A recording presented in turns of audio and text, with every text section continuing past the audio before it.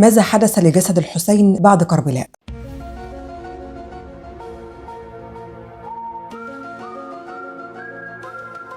ازاي كل ده يحصل في حفيد النبي عليه الصلاة والسلام؟ احداث حقيقة توجع وتبكي مش بس العين، دي تبكي القلب والروح، تخليك تحس بمرارة كبيرة على الضمير اللي مات وقتها بسبب الاحقاد والطمع في السلطة، وتوريك الظلم في ابشع صوره لما بني ادم يتمسك بحق مش حقه ويحارب عليه ويوصل بيه الجحود انه يقتل اهل البيت واحب الناس لرسول الله. وعلشان نعرف كل اللي حصل ازاي لازم نحكي الحكاية من اولها، بس ما تنسوش تنزلوا تعملوا سبسكرايب واللايك. اتولد سيدنا الحسين في السنة الرابعة للهجرة، وهو كان تاني ولد لسيدنا علي بن أبي طالب. أيوة، ما الحسن والحسين ما كانوش توأم زي ما ناس كتير فاكرة، بس مولد سيدنا الحسين كان مختلف لأنه اتولد بعد وفاة حفيد النبي من بنته السيدة أم كلثوم عبد الله بن عثمان، وكمان كان بعد وفاة أخو النبي في الرضاعة عبد الله بن مخزوم، فكان ميلاده عامل كده زي الفرحة اللي جاية تداوي الجروح وتمحي غيامة الحزن ووجع الفقد على اللي راحوا. فحبوا النبي قوي وكان فرحان بيه جدا لدرجة إنه قال حسين مني وأنا من حسين. وكان النبي لما يمر بالصدفة على بيت ستنا فاطمة ويسمع صوته بيبكي كان ينادي النبي على ستنا فاطمة ويقول لها راضيه، انت عارفة ان بكا بيأذيني، وبعدين ياخده يضمه ويمسح دموعه. تخيلوا الشخص اللي خد كل الحب ده من قلب النبي هيحصل فيه كل اللي هنقوله دلوقتي وهتسمعوه. بعد وفاة النبي صلى الله عليه وسلم اتولى خلافة المسلمين الخلفاء الراشدين اللي كان اخرهم سيدنا علي بن ابي طالب. وبعد قتل سيدنا علي على ايد واحد من الخوارج اسمه عبد الرحمن بن ملجم، الناس بعدها ومن غير تفكير بيعت سيدنا الحسن علشان يبقى هو الخليفة من بعد ابوه، وده حصل من الناس من غير اي ضغط من آل البيت. وفضل سيدنا الحسن خليفة على المسلمين لمدة 7 شهور، لكن معاوية بن أبي سفيان كان رافض يعترف بخلافة الحسن، وهو برضه كان رافض يعترف بخلافة سيدنا علي بن أبي طالب، وكان في مشاكل كتير قوي بينهم. ومعاوية كان عامل نفسه خليفة في الشام في عهد سيدنا علي، والمسلمين متقسمين، في اللي مؤيد خلافة سيدنا علي زي الحجاز واليمن وعمان والعراق، أما الشام فكان مع معاوية. ولما استشهد سيدنا علي معاوية قال لك هو نخلص من علي يطلع لي الحسن عليا وعلى أعدائي بقى، وبدأ يجمع القوات ويحرض الناس على سيدنا الحسن ويفركش قادة الجيش من حواليه. ولما سيدنا الحسن لقى الفتنة هتكبر أكتر وهتاخد في رجليها مسلمين كتير قرر بكل زهد منه إنه يتنازل عن الخلافة لمعاوية، وتم الصلح بينهم واتحققت نبوءة الرسول صلى الله عليه وسلم لما قال على سيدنا الحسن إن ربنا هيصلح بيه بين فئتين من المسلمين. وفعلا كان من أهم أسباب الصلح حقن دماء المسلمين وتوحيد كلمتهم ووقف الصراعات الداخلية بينهم اللي ابتدت من أول فتنة عثمان بن عفان وراح بسببها سيدنا علي بطعنة غدر في صلاة الفجر، ده غير الحروب اللي حصلت بين المسلمين معركة الجمل وصفين. فسيدنا الحسن بكل حكمة قال لا، كفاية لحد كده، وإن كان معاوية عايز الخلافة ياخدها. حقن لدماء المسلمين لا ضعف ولا خوف، ولكن خدوا بالكم الصلح ده كان مشروط، والشرط هو إن مات معاوية وسيدنا الحسن لسه عايش الخلافة ترجع للحسن لأنه أصلا واخدها منه بدون وجه حق. طيب ولو الحسن مات الأول قبل معاوية يبقى بعد موت معاوية اختيار الخليفة يكون شورى بين المسلمين. إيه بقى كان موقف سيدنا الحسين من الصلح ده؟ كان رافضه تماما وشايف إن الخلافة مش من حق معاوية وليه حق، وقال لسيدنا الحسن انت ازاي تبايعه بعد كل المشاكل اللي حصلت بيننا وبينه؟ ده ابوك كان بيتسبى على منابر مساجد الشام. ومن شدة رفض سيدنا الحسين للصلح ده بعد ما المعاهدة تمت خلاص، سيدنا الحسن قال للإمام الحسين خد بالك أنا كنت قربت أحبسك لحد ما خلص الموضوع ده خالص. وبعد المعاهدة جه لسيدنا الحسين حجر بن عدي الكندي ومعاه عبيدة بن عمر، ودول كانوا قادة في جيش سيدنا علي، وقالوا ليه سيب الحسن في الصلح اللي عمله وتعالى انت اجمع شيعتك من أهل الكوفة وغيرها وولينا مقدمة الجيش وملكش دعوة بحاجة بعد كده. لدرجة انه من كتر الحاحهم عليه حجر بن عدي قال له قاطعني اليوم هو عصين الظهر. لكن سيدنا الحسين بكل اخلاق واحترام لمعاهدة اخوه رد وقال إنا قد بايعنا ولا سبيل لنقد بيعنا. ووقتها رجع سيدنا الحسن والحسين من الكوفة للمدينة المنورة واستقروا فيها. لكن من وقت للتاني كانت بتوصل لسيدنا الحسن رسائل. من مين بقى الرسائل؟ من أهل الكوفة، كانوا بيطلبوا منه إنهم ينصروه مرة تانية. لكن سيدنا الحسن كان بيستلم الرسائل يقراها وبعدين يرميها في المية. ولما اتسأل مرة عن الرسائل اللي بيرميها دي رد وقال من أهل العراق، من قوم لا يرجعون إلى الحق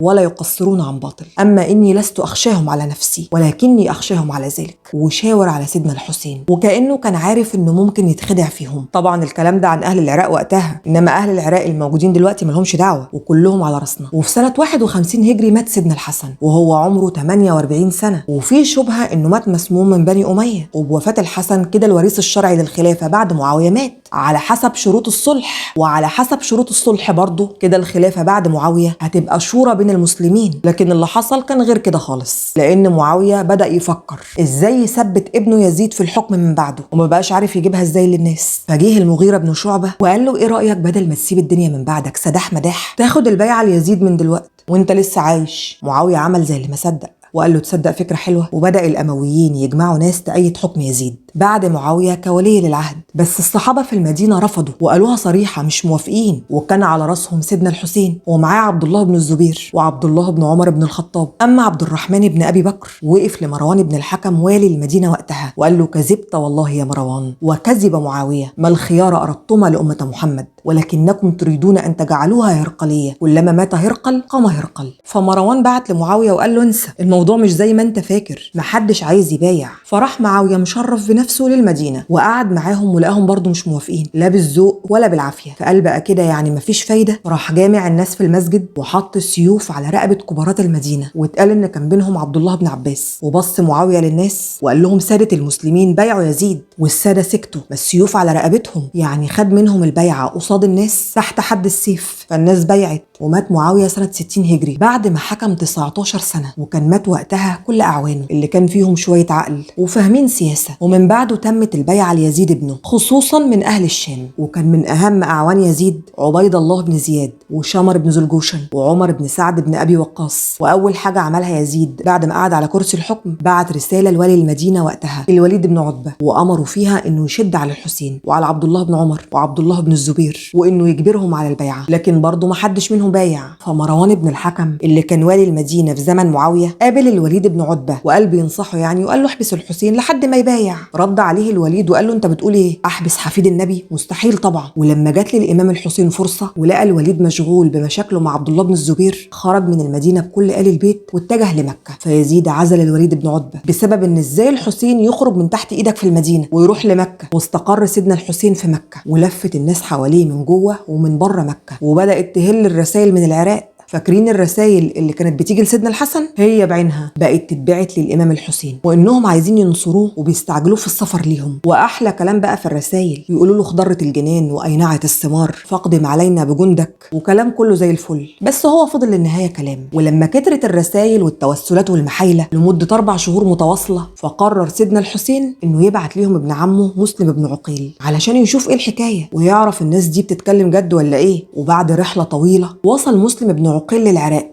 ومعاه رسالة الحسين لأهل الكوفة، ونزل عند هاني ابن عروة. ولما أهل الكوفة عرفوا إن مسلم بن عقيل جالهم بقوا بيروحوا لحد عنده ويرحبوا بيه ويبايعوا الإمام الحسين قصاده. ووصل عدد اللي بايع الإمام 18,000. فكتب مسلم للحسين وقال له يلا تعالى بسرعة، الناس هنا فعلا عايزاك، دول مبايعينك من قبل ما تيجي وفرحانين بيا قوي، دول طايرين بيا طير. ولما وصل خبر وجود مسلم بن عقيل لوالي الكوفة وقتها النعمان بن بشير، رد وقال أنا مش هحارب اللي مش جاي يحاربني، ومسلم جاي بشكل سلمي فهحاربه ليه؟ وكتب كده ليزيد بن معاوية. فطبعا يزيد ما عجبوش الكلام اللي هو انت معايا ولا معاهم، وعزله وعين بدل منه واحد من أشر أهل الأرض ومن اللي ليهم يد قوية في اللي حصل في كربلاء، عبيد الله بن زياد. ودخل عبيد الله الكوفة وهو متخفي ونشر جواسيسه في كل حتة علشان يعرفوا مسلم بن عقيل قاعد فين. وفي صلاة الجمعة طلع ابن زياد على المنبر وفضل يهدد في الناس ويخوف زعماء القبائل لحد ما تمكن منهم وسلموا له هاني ابن عروة اللي كان قاعد عنده مسلم بن عقيل، سلموه له على طبق من ذهب.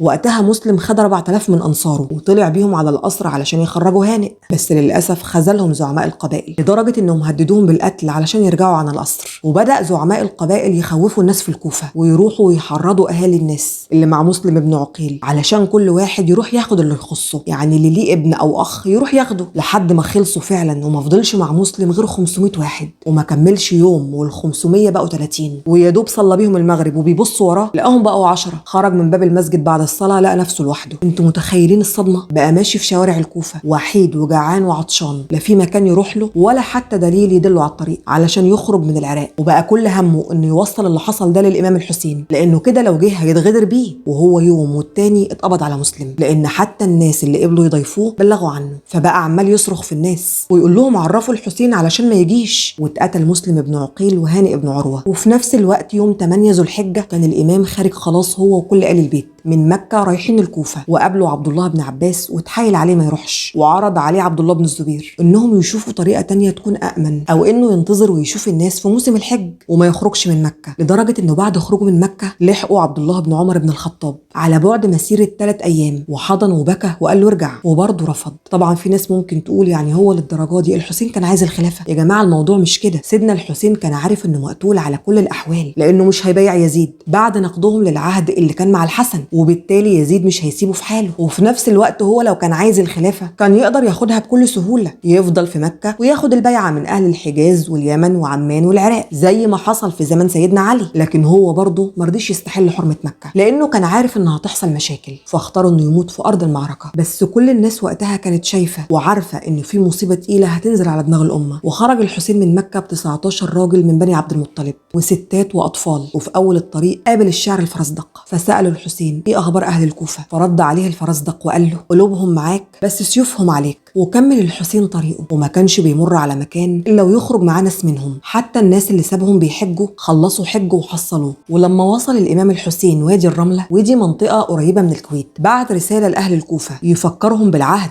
بس الرسول اللي اتبعت معاه الرساله قيس بن مصهر الصيداوي اتقبض عليه في القادسيه واتقتل في قصر ابن زياد. ولما وصل للحسين خبر قتل ابن عمه مسلم بن عقيل، وكمان الرسول اللي بعته ابن الصيداوي، عرف ان اهل الكوفه خذلوه وغدروا بيه، وخرج على الناس اللي كانت معاه وصارحهم وقال ليهم بمراره وحزن خذلتنا شيعتنا، فاللي حابب منكم يمشي من غير حرج. وفعلا الناس مشيت وما فضلش معاه غير مجموعه بسيطه واللي خرجوا معاه من مكه. وقبل دخول الامام واللي معاه الكوفه بعت عبيد الله بن زياد 1000 محارب بقياده الحر بن يزيد علشان يمنعوا الحسين من دخول الكوفه. وفعلا راح الحر وقابل الحسين واتكلم معاه وحاول يقنعه انه يبايع يزيد، وقال له بلاش تدخل الكوفه، مفيش امان عليك فيها. هو صحيح ما كانش مسموح لسيدنا الحسين انه يدخل الكوفه، بس الغريب انه ما كانش مسموح له كمان انه يرجع المدينه. طبعا الامام رفض وفضل ماشي بالناس اللي معاه، والحر بيحاصره بس من غير ما يحتك بيه، لانه كان عايز يوديه ليزيد من غير حرب. ولما وصل الامام لكربلاء، عبيد الله بن زياد حس ان الامام مش خايف منهم، فقال لك اما تقل العيار حبتين، فراح باعت ليه 4000 محارب على راسهم عمر بن سعد.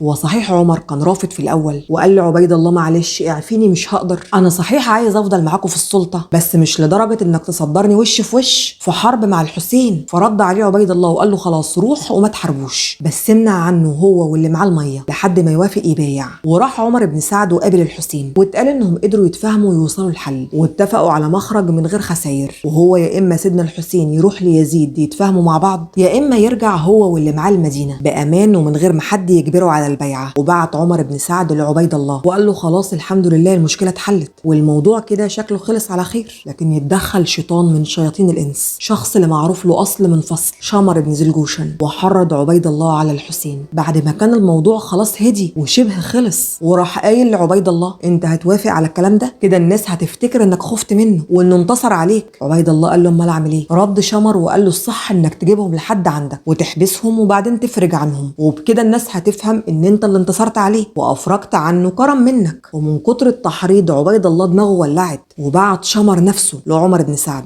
يقول له يا تجيب الحسين واللي معاه بالذوق بقى بالعافيه مش فارقه، ولو رسيت على حرب حارب واقتلهم ومثل بيهم، ولو الكلام ده ما تنفذش هعزلك واعين بدل منك شمر. عمر بن سعد سمع الكلام ومعرفش يعمل حاجه غير انه يروح يقوله للحسين. فرد عليه الامام الحسين وقال له يعني المفروض دلوقتي ان انا اسلم نفسي ليكم بكل سهوله وابقى اسير عندكم بمزاجي علشان تودوني ليزيد يتحكم فيا بمزاجه؟ لا بقى ده كده كتير قوي. وفي الاخر رد عليه الحسين وقال له طب سيبني يا عمر افكر لبكره. وطبعا سيدنا الحسين ما كانش محتاج يفكر، هو كان واخد قراره، بس كان لازم ياخد وقت لان في ناس معاه لازم يعرفوا باللي حصل. ولما قال للناس اللي معاه اخر التطورات، حتى الناس اللي كانت خارجه معاه من مكه رجعوا، وما فضلش معاه غير آل البيت واصحابه المقربين. والليله دي سيدنا الحسين قضاها كلها في الصلاه والذكر وقراءه القران، لانه كان عارف انها اخر ليله ليه في الدنيا. وفي 11 محرم 61 هجري اتواجه الطرفين في كربلاء، سيدنا الحسين ب 32 فارس و40 راجل قصاد 5000 محارب، على راسهم أسوأ أهل الأرض شمر بن ذي الجوشن. أنا عايزة أقول لكم إن الشخصية دي كانت جحدة جدا، لدرجة إن سيدنا الحسين لما كان بيوعظه بآية أو حديث كان يرد عليه شمر ويقول له هو أنت بتقول إيه؟ أنا مش فاهم منك حاجة. والحر بن يزيد اللي كان جايب ال1000 محارب فاكرينه، لما لقى شمر مصر على حرب الحسين رفض وقال لهم أنتوا بتعملوا إيه؟ إحنا كنا بنحاول نضغط عليه بس عشان يبايع، مش نحاربه بجد، ده حفيد النبي. وقال للجنود اللي كانت خارجة مع شمر شمر انتوا جبتوا الحسين عندكم عشان تقتلوه. ولما ملقاش منهم امل سابهم وانحاز لطرف الحسين وبدات الحرب. وكان اول شهيد في كربلاء مسلم بن عوسجة الاسدي من اصحاب الامام، وبعده استشهد باقي اصحاب سيدنا الحسين واحد ورا التاني. واول من استشهد من ال البيت ابن الامام الحسين علي الاكبر، وشالوا الامام الحسين على ايديه وهو بينادي هل من ناصر ينصرنا، وبقى بيعاتبهم انهم عهدوه وسابوه يواجه لوحده، ولكن لا حياه لمن تنادي. وبعد كده بدا يقع باقي ال البيت واحد ورا التاني، عبد الله بن مسلم بن عقيل، وعون بن عبد الله بن جعفر، وعبد الله بن الحسن، وعثمان بن علي، والعباس بن علي حامل لواء الحسين. حتى الرضيع علي الاصغر ابن الحسين ما رحموش، لحد ما فضل الامام الحسين لوحده وبقى يجري عليهم وهم يهربوا منه. مش خوف منه قد ما كان خوف انهم يشيلوا ذنب دمه. محدش عايز يكون هو اللي شايل العار الكبير قوي ده، لحد ما صرخ فيهم سيء الذكر اللي حرض على كل البلاوي دي شمر، وقال للجنود يضربوه بالسهام. واتصاب الامام في اماكن مختلفه في جسمه، وبعد ما لقوا قوته ضعفت ومش هيقدر يقاوم دخل عليه زرعه بن شريك وضربه بالسيف على كتفه. وبعدها دخل سنان بن انس وطعنه برمح، ولما وقع سيدنا الحسين على الارض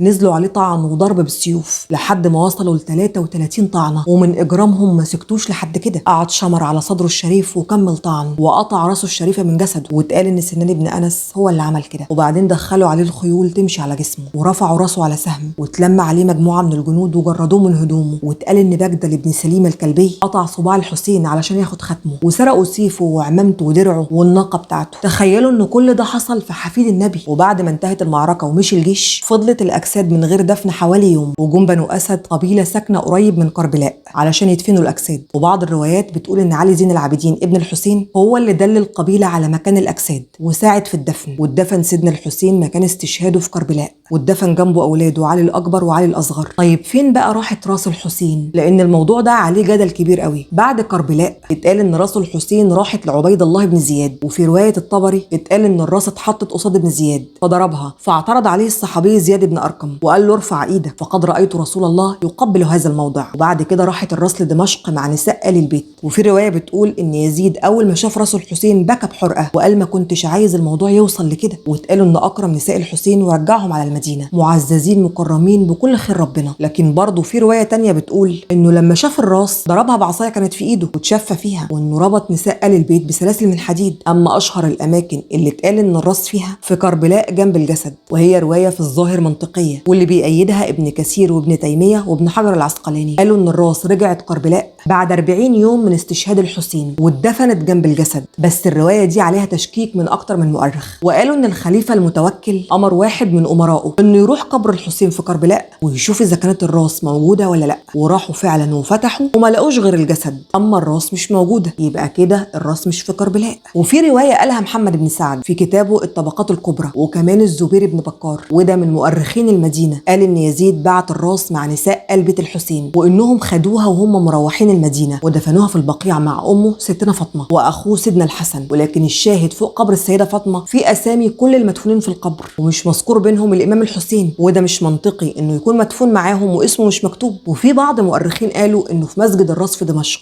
لكن اصلا المقام الموجود في دمشق اتنبش وما لقوش فيه اي حاجه، لقوه فاضي. نيجي لاخر روايه ودي اللي اجمع عليها مؤرخين كتير منهم المقريزي وابن اياس والطوير والسيوطي، قالوا ان بعد كربلاء فضلت الراس في دمشق موجوده في مخازن السلاح، بس مع سقوط الدوله الامويه اتنقلت الراس لعسقلان في فلسطين. والسبب ان عسقلان وقتها كانت مدينه حصينه، ولما حكم الفاطميين مصر والشام اهتموا جدا بالمقام ورمموه ووسعوه في عسقلان. بس في القرن السادس الهجري الصليبيين كانوا بيهاجموا مدن الساحل وعسقلان كانت مهدده بالسقوط، وخاف الفاطميين ان المقام يقع في ايد الصليبيين فقرروا نقل الراس للقاهره. وفي سنه 548 هجري نقلها الامير الافضل شاهين شاه ابن بدر الدين الجمالي، واتقال انه خرج موكب رسمي من عسقلان واتحطت الراس في صندوق متغطي بالحرير، واستقبلوا الخليفه والناس في القاهره، واتعملت احتفالات كبيره بالمناسبه دي ومكانها في مسجد الامام الحسين المعروف في القاهره حاليا. لكن في مؤرخين استبعدوا الروايه دي تماما، بس في عهد الدوله المملوكيه جه الامير عبد الرحمن كتخدها وحب يوسع المقام، فرد عليه بعض الناس وقالوا له هو انت مصدق ان راس الحسين مدفونه هنا؟ فالامير عبد الرحمن اتصدم وقال لازم اتاكد بنفسي. المقريزي في كتابه المواعظ والاعتبار قال ان كتخده شاف الراس بنفسه، وابن اياس قال ان عبد عبد الرحمن كتخده دخل المقام وشاف راس الحسين، وبعدها امر بتوسعه المسجد. ومعظم مؤرخين المماليك بيأكدوا ان كتخده اتأكد بنفسه من وجود الراس، واتقال ان اتعملت لجنه وقتها من الفقهاء وبعض القضاه والموظفين المشرفين على الاماكن المقدسه، وكان على راس الفقهاء الشيخ الملاوي المالكي والجوهري الشافعي، وشافوا الراس بنفسهم. شافوا ايه بقى؟ اتقال انهم شافوا كرسي خشب من خشب الساج موجود في غرفه الدفن، وفوق الكرسي طبق من ذهب بقماش حرير اخضر، وتحت القماش كان في كيس من الحرير الاخضر الرقيق، وجوه الكيس ده الراس الشريف. يعني الجسد في كربلاء والراس موجوده في مصر. رحم الله الامام الحسين سيد شباب اهل الجنه وريحانه رسول الله.